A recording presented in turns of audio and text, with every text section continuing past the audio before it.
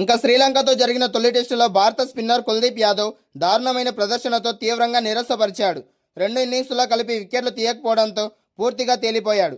దీంతో త్వరలో జరుగుతున్న రెండో టెస్టులో తుది జట్టులో అతడి స్థానంపై ఇప్పుడు సందిగ్ధత నెలకొంది. శ్రీలంకతో జరిగిన తొలి టెస్టులో భారత బౌలర్లు సమిష్టిగా రాణించినప్పటికీ chinaman spinner Kuldeep Yadav మాత్రం దారుణంగా విఫలమయ్యాడు. ప్రత్యర్థి బ్యాటర్లను బోల్తా కత్తించడంలో అతడు ఏమాత్రం ప్రభావం చూపలేకపోయాడు. పిచ్ స్పిన్నర్లకు అనుకూలిస్తున్న సమయంలోనూ కుల్దీప్ తన మాయాజాలాన్ని ప్రదర్శించలేక చేతులెత్తేశాడు. ఇక తొలి ఇన్నింగ్స్లో అతడు 14 ఓవర్లు బౌలింగ్ చేసి ఏకంగా 65 పరుగులు సమర్పించుకున్నాడు. ఈ క్రమంలో కేవలం 1 వికెట్ మాత్రమే తన ఖాతాలో వేసుకున్నాడు. ఈ ఇన్నింగ్స్లో అతడి ఎకానమీ రేటు 4.64గా నమోదు కావడం గమనార్హం. టెస్టు ఫార్మాట్లో ఒక స్పిన్నర్ ఇంత భారీగా పరుగులు ఇచ్చుకోవడం జట్టు యాజమాన్యాన్ని తీవ్రంగా ఆందోళనకు గురి చేస్తోంది.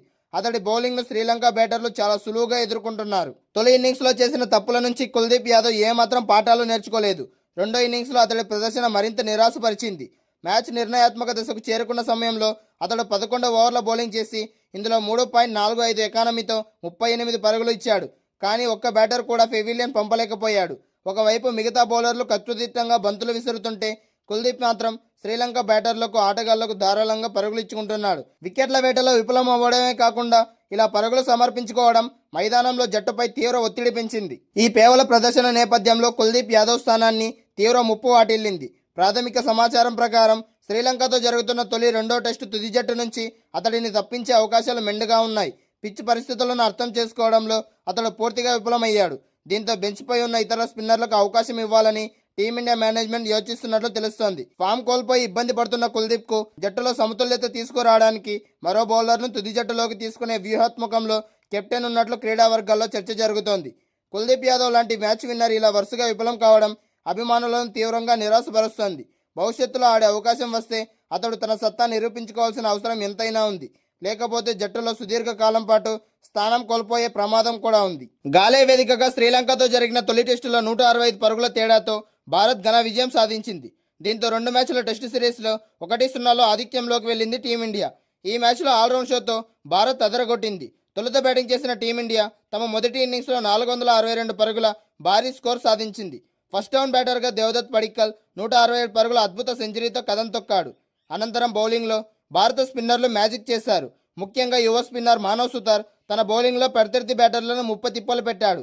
4 వికెట్లు తీసి లంక జట్టును దెబ్బతీశాడు. ఫలితంగా ఆతిథ్య జట్టు తమ తొలి ఇన్నింగ్స్లో 284 పరుగులకే ఆలౌట్ అయింది.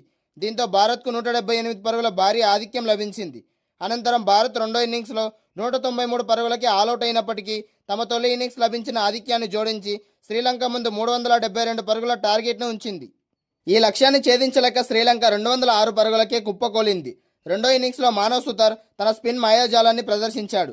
ఈ రాజస్థాన్ స్పిన్నర్ 6 వికెట్లు పడగొట్టి ఆతిథ్య జట్టు పతనాన్ని శాసించాడు. ఈ నేపథ్యంలో మానవ్ సుతార్పై భారత కెప్టెన్ శుభ్మన్ గిల్ ప్రశంసల వర్షం కురిపించాడు. మానవ్ సుతార్ ఒక అద్భుతమైన స్పిన్నర్. భారత్ తరపున తొలి మ్యాచ్ ఆఫ్ఘనిస్తాన్తోనే తన సత్తా ఏంటో నిరూపించుకున్నాడు. ఇప్పుడు ఈ మ్యాచ్లో కూడా అసాధారణ ప్రదర్శన కనబరిచాడు. అతడికి మంచి భవిష్యత్తు ఉంది. అతడు ఖచ్చితంగా భారత జట్టుకు సుదీర్ఘకాలం పాటు ప్రాతినిధ్యం వహిస్తాడు. పడిక్కల్ గురించి ప్రత్యేకంగా చెప్పాల్సిన అవసరం లేదు. అతడు 2 ఇన్నింగ్స్ల్లోనూ అత్యుత్తమంగా రాణించాడు. తమ బ్యాటింగ్ చూడడానికి ఎంతో ముచ్చటగా ఉంటుంది. తొలి ఇన్నింగ్స్లో కేవలం సెంచరీ చేయడమే కాకుండా ఆ తర్వాత కూడా బాధ్యతాయుతంగా ఆడి జట్టుకు మంచి పొజిషన్లో నిలబెట్టాడు. రెండో ఇన్నింగ్స్లో స్పిన్నర్లను అతను ఎదుర్కొన్న తీరు, ఆధిపత్యం చెలాయించిన విధానం మ్యాచ్ మొత్తానికి హైలైట్గా నిలిచిందని గిల్ పేర్కొన్నాడు. అదేవిధంగా రెండో ఇన్నింగ్స్లో వరుసగా వికెట్లు కోల్పోవడంపై గిల్ స్పందించాడు. వాతావరణ పరిస్థితుల వల్ల 4వ, 5వ రోజుల్లో ఎన్ని ఓవర్ల ఆట సాధ్యమవుతుందో తెలియదు.